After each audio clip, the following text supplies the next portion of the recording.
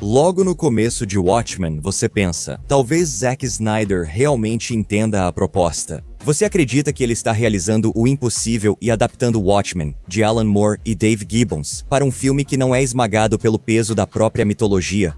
Esse momento dura 5 minutos e 32 segundos. Você parece amargo. Eu? Amargo?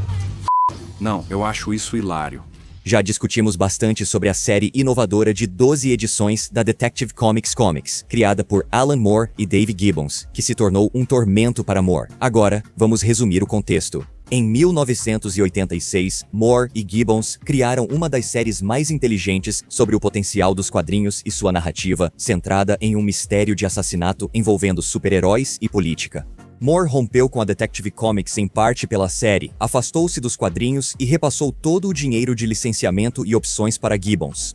Após várias tentativas frustradas de fazer o filme acontecer, Zack Snyder recebeu carta branca, graças, em grande parte, ao sucesso que teve com outras franquias adoradas, como Madrugada dos Mortos, de George Romero, e 300, de Frank Miller. Snyder mostrava grande habilidade em transmitir informações visualmente, sem apenas deixar os personagens parados explicando. Isto é Esparta!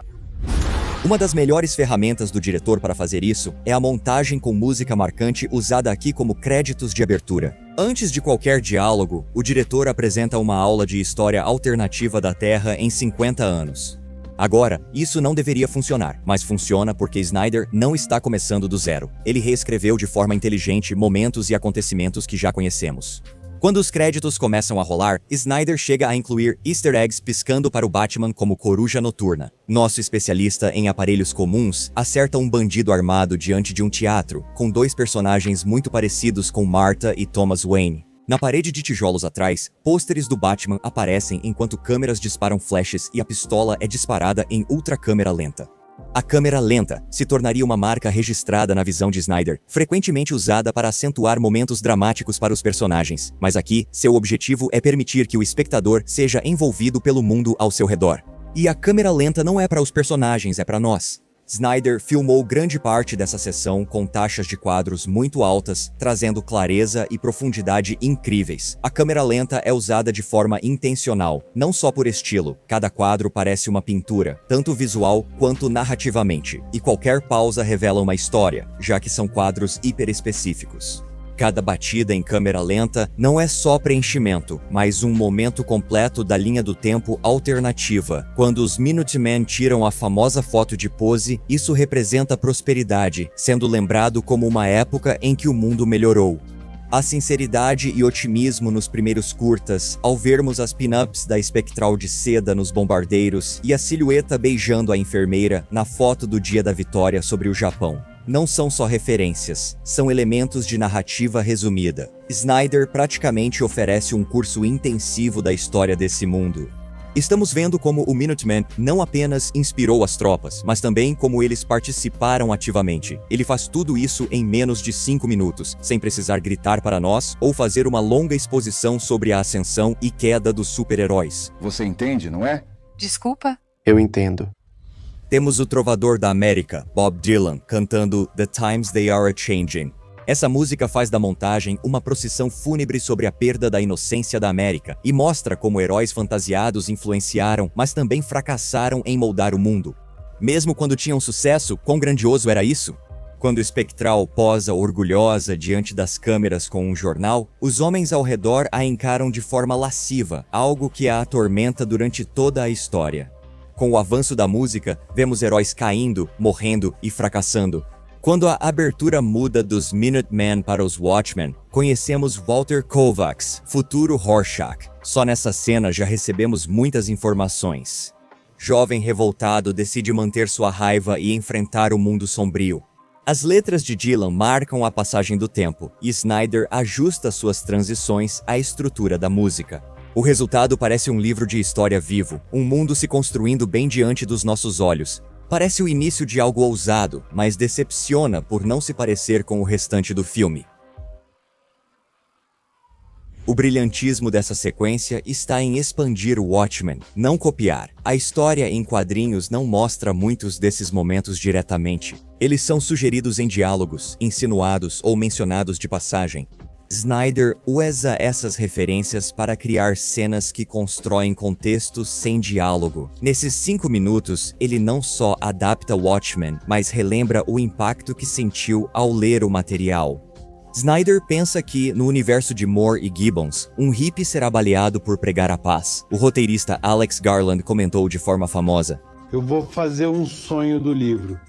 Sobre sua adaptação de Aniquilação de Jeff Vandermeer, o resultado foi controverso para muitos, especialmente para o autor, mas era a visão de Garland sobre o livro, assim como essa montagem reflete a visão de Snyder sobre Watchmen. Então, Snyder parou de falar.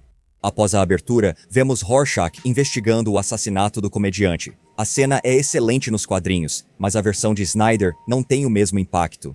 Porque de repente, o filme fica obcecado em imitar os quadrinhos quadro a quadro, e é aí que o filme começa a parecer estranhamente inerte.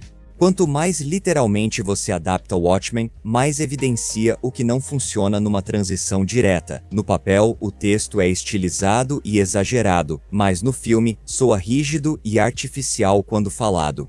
Aquele cara no foguete espacial é Jesus?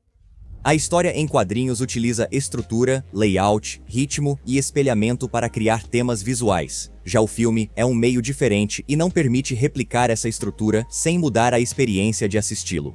Esse não é o objetivo de Snyder, diferente de cineastas como David Lynch. O filme parece mais storyboards animados do que uma interpretação com propósito, o que funciona em Sin City, de Roberto Rodrigues. Mas esse livro foi feito no estilo, mais para homenagear o amor de Miller pelo pulp do que para reflexão. O processo de bastidores da criação da abertura revela por que ela funciona tão bem e por que o resto do filme tem dificuldade em igualá-la. Eles construíram como uma série de pinturas. Snyder e o designer de produção Alex McDowell abordaram cada cena como uma ilustração independente. Eles criaram storyboards de cada cena, recriaram cenários históricos e usaram figurantes reais para dar vida à pintura, como sempre quiseram. A menção às fotos de Mark Reboot, onde uma flor é posta em um rifle como protesto contra a guerra do Vietnã. Andy Warhol e Truman Capote estão na fábrica, onde Warhol exibia uma pintura do segundo Night Owl. Há até uma recriação de A Última Ceia, de Leonardo da Vinci, com heróis fantasiados à mesa, mostrando que Snyder vem mesmo da escola de Marenge. Conheço escritores que usam subtexto, todos são covardes. O objetivo da abertura sempre foi a iconografia, com um propósito e intenção narrativa. Ao sairmos da montagem, entramos num mundo digital cheio de computação gráfica, onde só resta o que Snyder considera icônico. Após a abertura, Snyder parece quase com medo de reinterpretar qualquer coisa. Em vez disso, ele escolhe a precisão em vez da arte. E Snyder não está interpretando o Watchmen de forma errada. Ele interpreta errado o que faz o Watchmen grandioso, ou esquece disso. A abertura mostra que ele poderia ter feito um filme original e rico em temas. Porém, o filme vira um santuário do material original, venerando detalhes em vez de adaptá-los. O segredo sujo sobre Watchmen é que uma adaptação direta é impossível. A história em quadrinhos se destaca pela estrutura, capítulos simétricos, narrativas paralelas, simbolismo visual e interlúdios de uma história em quadrinhos dentro dela. O formato faz parte da identidade. Traduzir exige criatividade, não literalidade. A abertura funciona porque adapta o espírito da história em quadrinhos, não o texto. Por isso, a minissérie Watchmen de Damon Lindelof fez tanto sucesso. Damon Lindelof sabia e entendia que, para fazer Watchmen, era preciso abordar as ideias e o espírito da série. Watchmen talvez seja a obra mais icônica de Moore, mas também tem uma das tramas mais simples. Sua abertura é uma obra-prima. É a melhor cena do filme, de longe. Dá até para argumentar que é a melhor coisa que Zack Snyder já dirigiu, mas também é uma prévia de um filme que nunca chega de verdade. Tudo neste mundo se encaixa, exceto as pessoas. Em vez disso, esses primeiros 5 minutos se tornam uma espécie de falsa promessa cinematográfica, um vislumbre de uma adaptação que poderia ter sido ousada, corajosa, interpretativa e genuinamente original. Uma adaptação que vai além de recriar a história, interpreta o mundo, assume riscos e entende que fidelidade é significado, não precisão. A abertura de Watchmen combina a iconografia dos quadrinhos com imaginação cinematográfica, mas o resto do filme adota um literalismo seguro. E essa é a tragédia. Por um breve momento, Zack Snyder mostrou saber traduzir Watchmen de forma incrível, mas não levou isso adiante. E aí, o que você acha? Que outro filme começou com uma promessa pra você que simplesmente não conseguiu cumprir? Conta pra gente aí nos comentários e, como sempre, obrigado por assistir ao Nerdstalgic.